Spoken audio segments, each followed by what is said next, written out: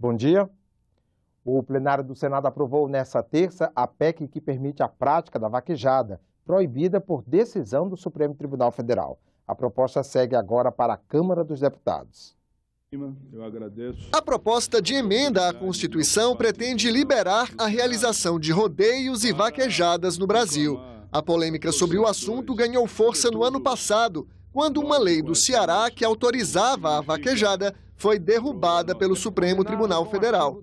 Foi aí que um grupo de parlamentares apresentou a PEC aprovada pelo Senado. Os defensores do texto alertam para a importância econômica da vaquejada e do rodeio. As atividades movimentam quase 4 bilhões de reais e geram quase 1 milhão de empregos diretos e indiretos por ano. Essa é uma tradição que não vai acabar e não pode acabar. E temos que aprovar a PEC da vaquejada para que não possa ir para a clandestinidade, não se faça escondido, fora dos olhos vigilantes do Ministério Público, dos veterinários, para que a vaquejada possa ter naturalmente o seu curso normal. O que nós estamos votando é uma matéria meritória, porque ela diz respeito à tradição cultural, ela diz respeito à prática de esporte, ela diz respeito à proteção ao animal e diz respeito à geração de emprego e renda, que é o maior problema do país. Se você acabar com a vaquejada, você vai jogar pela lata do lixo centenas de milhares de empregos. Seria uma perversidade inominável. Os críticos afirmam que as vaquejadas e os rodeios são uma crueldade contra os animais. Laudos técnicos contidos no processo que demonstraram o quanto as práticas são nocivas à saúde dos animais. Tem fraturas nas patas, sim, no rabo, ruptura de ligamentos e vasos sanguíneos, arrancamento de rabos e comprometimento da medula óssea. Aceitar uma violência contra um animal sem lhe respeitar o direito básico de viver é um passo para desrespeitar a vida humana. Haja visto os casos alarmantes de abandonos de animais e violência contra estes, que se naturalizam em nosso convívio social e, ao mesmo tempo, se estendem também entre humanos que abandonam idosos e crianças à própria sorte, fazendo do Brasil um país de abandono tanto de animais quanto humanos. A PEC do Senado diz que não são cruéis as práticas desportivas que utilizam animais, desde que essas atividades sejam consideradas manifestações culturais. O problema é que o patrimônio histórico não reconhece a vaquejada e o rodeio como bens culturais. Uma lei federal do ano passado inclui as duas atividades no rol do patrimônio imaterial do Brasil, mas o IPHAN afirma que só ele tem competência para fazer essa classificação. A polêmica continua na Câmara dos Deputados, para onde segue a proposta de emenda à Constituição. Na sessão plenária de hoje, marcada para as 14h, deve ser analisada outra PEC, a que diminui a burocracia na administração pública. E às 10h, a Comissão de Constituição e Justiça se reúne e pode votar a proposta de emenda à Constituição que fixa critérios para a escolha do advogado-geral da União. Veja as novas regras criadas pelo governo para os saques em contas inativas do FGTS. O presidente Michel Temer assinou o decreto com as regras do saque das contas inativas do fundo até o final de 2015. Na cerimônia, anunciaram que quem tem conta na Caixa basta pedir o crédito na conta corrente, no site das contas inativas, ou sacar de um terminal eletrônico. Para sacar até R$ 1.500, basta a senha do cartão cidadão, mesmo sem o documento. Já valores entre R$ 1.500 e R$ 3.000 têm de ter o cartão cidadão e a senha. O saque também pode acontecer nas agências lotéricas e o trabalhador deve levar o cartão cidadão, a senha e um documento de identidade. Se for nas agências bancárias, basta o número do PIS e o documento de identificação. Pelo calendário, trabalhadores nascidos em janeiro e fevereiro podem sacar a partir do dia 10 de março. Trabalhadores nascidos em março, abril e maio, a partir do dia 10 de abril. Os que nasceram em junho, julho e agosto, abre o calendário no dia 12 de maio. E quem nasceu em setembro, outubro e novembro podem sacar a partir do dia 16 de junho. Os nascidos em dezembro podem sacar a partir do dia 14 de julho. A regra original diz que o saque só pode ser feito quando houver demissão sem justa causa, aposentadoria, aquisição da casa própria, falecimento e outros motivos específicos. Com a notícia de que vai poder sacar o saldo das contas que estavam inativas no final de 2015, tem quem já sabe até o que vai fazer com esse dinheiro a mais. Aí eu pagaria minhas contas, né? Porque assim, o que acontece? Eu tô inadimplente. Então eu buscaria alguma forma, né, de renegociar essas dívidas para pagar e tirar todos os juros, principalmente de cartão de crédito.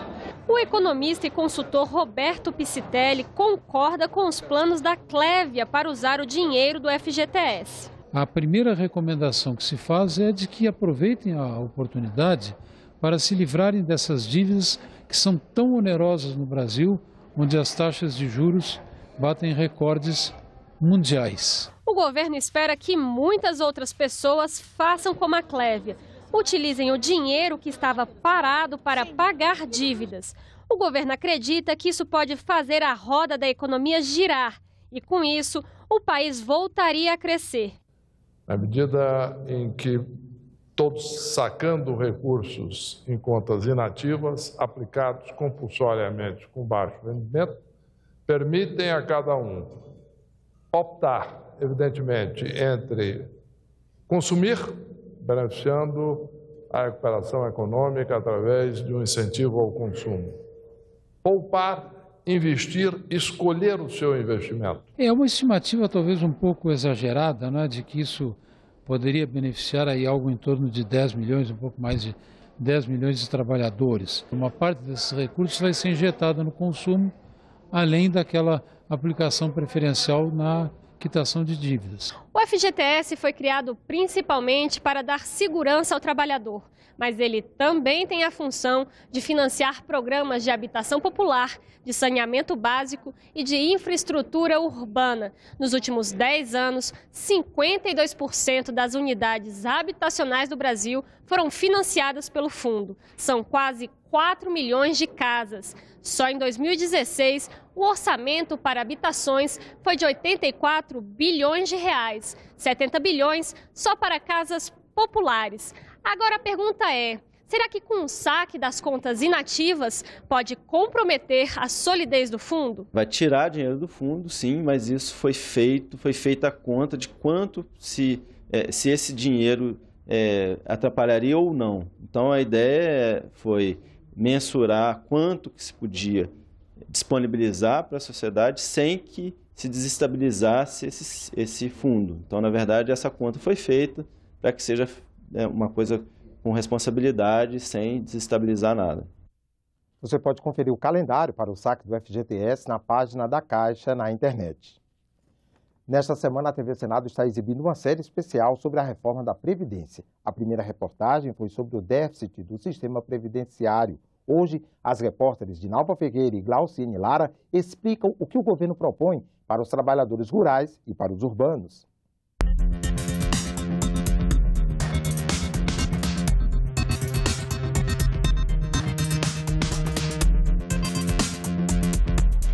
O mecânico Jairo tem 38 anos, trabalha desde os 18.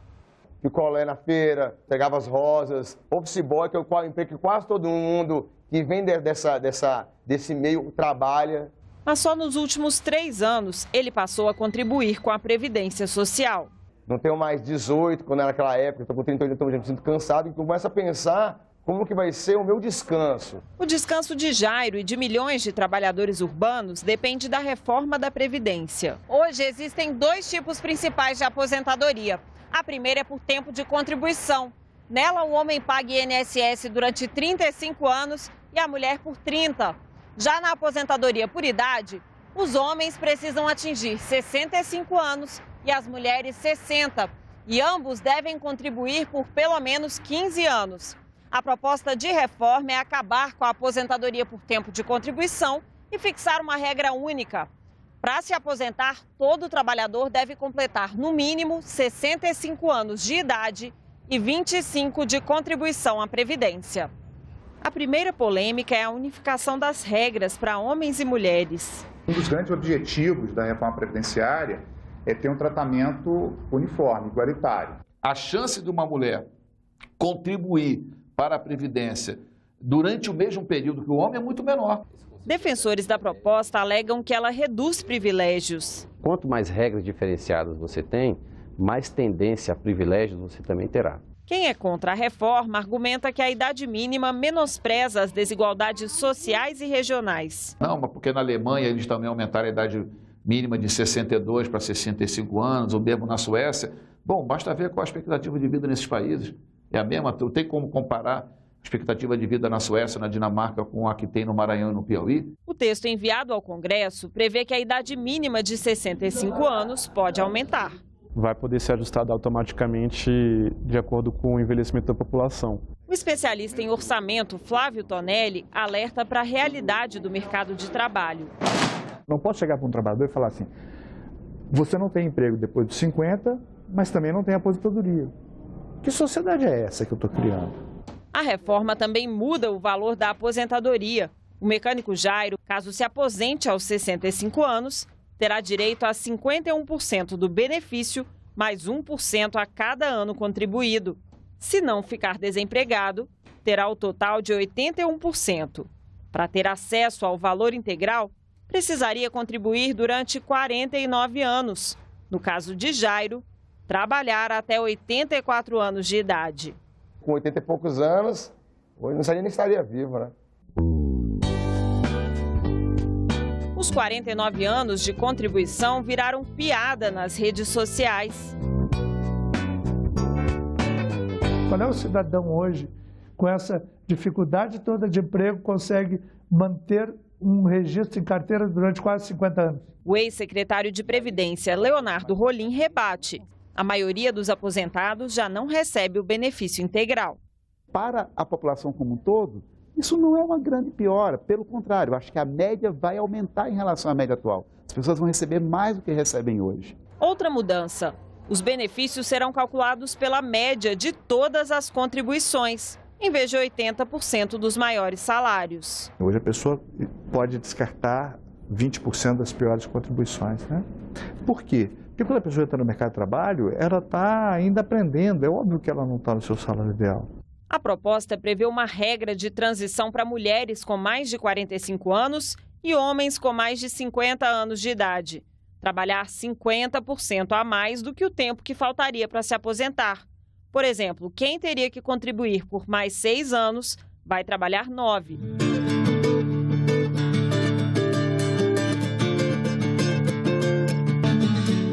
As mudanças na Previdência também chegam ao campo e, se aprovadas, vão afetar a vida de mais de 14 milhões de trabalhadores, que hoje têm regras especiais de aposentadoria.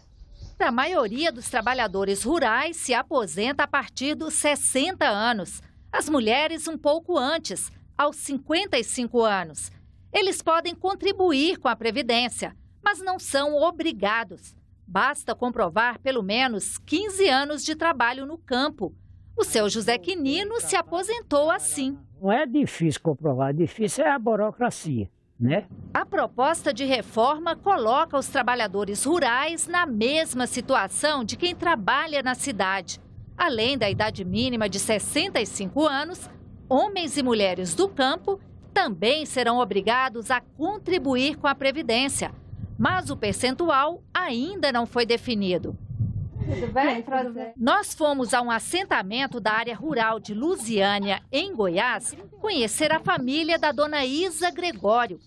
Trabalho duro é a rotina por aqui. Tem dia que a gente pega de manhã cedo, só larga 6 horas da tarde, 8 horas da noite. Para você levar na roça, o adubo é 50 quilos.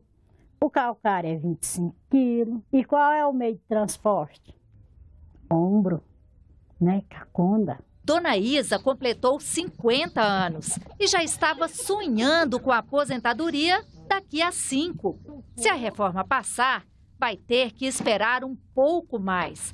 Não até os 65 anos, porque para os trabalhadores rurais também valeriam as regras de transição. Mesmo assim, seriam 2 anos e meio a mais. Se acontecer com a gente, vão morrer todos sem aposentar. Para a CONTAG, Confederação dos Trabalhadores na Agricultura, o governo não pode jogar essa conta em quem depende de uma produção incerta. Se não tem produção o ano todo, então não tem renda. Se não tem renda o ano todo, não tem como pagar uma mensalidade mensal para garantir o direito da Previdência Social. O secretário de Previdência Social justifica que a unificação das regras com o trabalhador urbano não vai acontecer da noite para o dia. No todo, 20 anos de transição. E garante que a contribuição deles terá percentuais menores. A contribuição do trabalhador rural, a gente reconhece que ela tem que ter um caráter diferenciado. Pela experiência de uma vida na roça, seu Quinino desconfia que não será fácil. O senhor está aliviado de já ter aposentado? Eu estou. E amanhã, aqui no Telejornal, você confere a terceira reportagem da série sobre a reforma da Previdência. Nós vamos explicar as mudanças que o governo propõe para o benefício de prestação continuada e para a pensão por morte.